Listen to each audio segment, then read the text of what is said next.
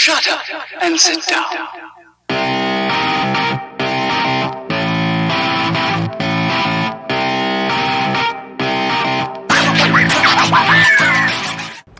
Port Macquarie is a reasonably large town on the mid-north coast of New South Wales with a population of about 50,000.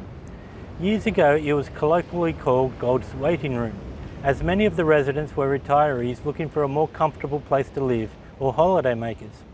Today it's largely populated by retirees, but now it has a booming group of young tradies all sporting very large houses. The economy is still targeted at retirees, holiday makers and people who look after them. There's a large hospital, several university campuses, multiple recreational boat mechanics, along with the most big branded name shopping chains. There's numerous quality restaurants and beaches.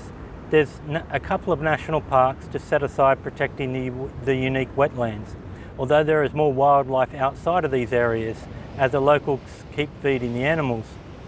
Sydney has the diversity of jobs, but living on the mid-north coast means a 10-minute drive to everywhere. Doing the coastal walk from the Lighthouse Beach to the Settlement Point Reserve, I got to walk along the Ekky Rainforest Boardwalk and spotted a strange lizard. Walking along most of the beaches and finding that the tap water at each beach has high levels of chlorine, it tasted like I was drinking from somebody's pool. It left a dry taste in my mouth. This continued until I got to the town's beach. I also found a monument with plaques dating back to the 1800s, reminded me of just how long white settlement has been here. I kept watching a seaplane providing joy flights. If I had more time, I would have given it a go. Still not sure if I should start doing these touristy things and creating review videos or not. I had 3 days of sunshine when I first arrived, and then rain. Some 8 days of rain in total. I wanted to visit the Innes ruins, my niece's father's heritage, but the mud was just too deep. On the road to Port Macquarie I visited Hawke's Nest, Taree and Comboyne. Hawke's Nest is a nice holiday town with an old school pie shop. It's located on the north side of Port Stephens and across the harbour from Nelson's Bay. There are numerous long beaches to enjoy. I was on the path to check out Mungo Beach when the satellite rattled its way loose. I pulled over and the bike toppled over, punching a can of Hoyt's Tyre World. The foam went right through the pannier. Yeah, I don't know if I'll be buying another one. While putting the bike back together, a couple of locals pulled over and offered a hand and let me know that the ferry at the Bombay Point Road was out, saving a long detour. Heading to Taree on Walton Way, which goes through the Miles Lake National Park, where there are tons of towering flooded gums that I just had to stop and admire. The old Pacific Highway was a great scenic detour. Taree is a typical rural town that boasts a train station and a large shopping mall. Moving on to the Comboyne Plateau, which was mostly a dirt road, which turns into the Killarbar National Reserve. The road through the national park was very steep and loose. I was just waiting to fall off and slip down the side of a mountain. Comboyne is several hundred metres high with an average rainfall of about 1.8 metres. It has rolling hills and tons of cows. It's a real little gem, a scenic country town just as everyone would imagine. The road from Comboyne to Port Macquarie was sealed and much faster, just the roads I was hoping to find. Going slow through the dirt left me nearly half an hour late, and if I had continued to the Mungo Beach I would have ran out of time, forced to skip Comboyne, or worse, tried to rush along the dirt road up the mountain. That would have resulted in an even worse day than a pannier full of foam. So far Airbnb is proving to be a very good method for doing the big lap. Boarding with locals has the added benefits of a fully stocked kitchen. When I need soy sauce or honey for my salmon, I don't need to carry it with me or run to the store for a new one at each location.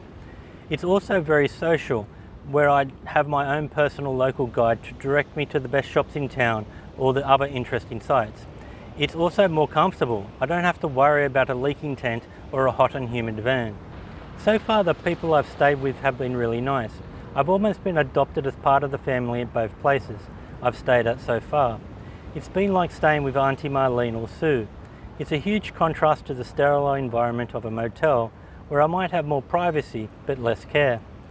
But on the flip side, you're still a visitor in somebody's home, and when something happened, you just want to ask if they're alright, but it's not really your place.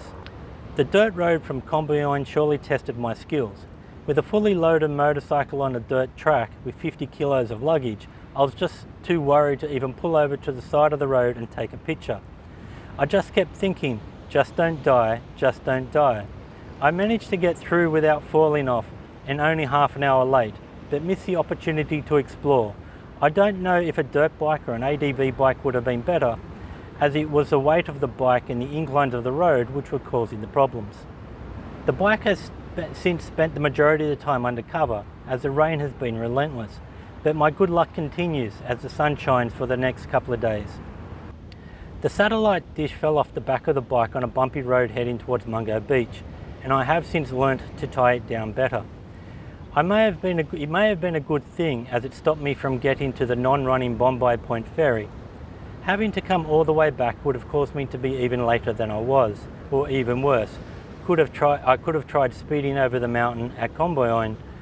I've plugged it in and double checked that it's still working, and I imagine it would perform better without all the rain, but so far I've had access to NBN and didn't really need it.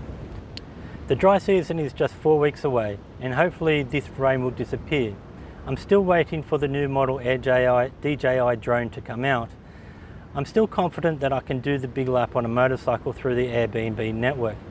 Even if I give in and buy a van, I'm still continue using Airbnb unless something goes horribly wrong, like if somebody calls the police or Airbnb start charging my card for things I didn't agree to.